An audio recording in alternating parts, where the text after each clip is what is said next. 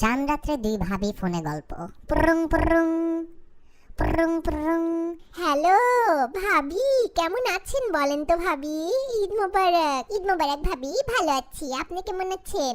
ভালো ভাবি, এই মাত্র শপিং শেষ করে আসলাম। হ্যাঁ ভাবি, আমিও শেষ করেছি বিকালে। জিনিসপত্রের যেই দাম বাবা! আর বুয়াদের শাড়ি কিনেছি, আগে তো 250 টাকায় হয়ে যেত, এখন তো 800-900 টাকার নিচে শাড়ি পাওয়া যায় না। কি যে এক অবস্থা বলেন তো। ছেলে মেয়েদের জন্য তো কেনাকাটা করাটাই সবচেয়ে বড় কষ্টকর।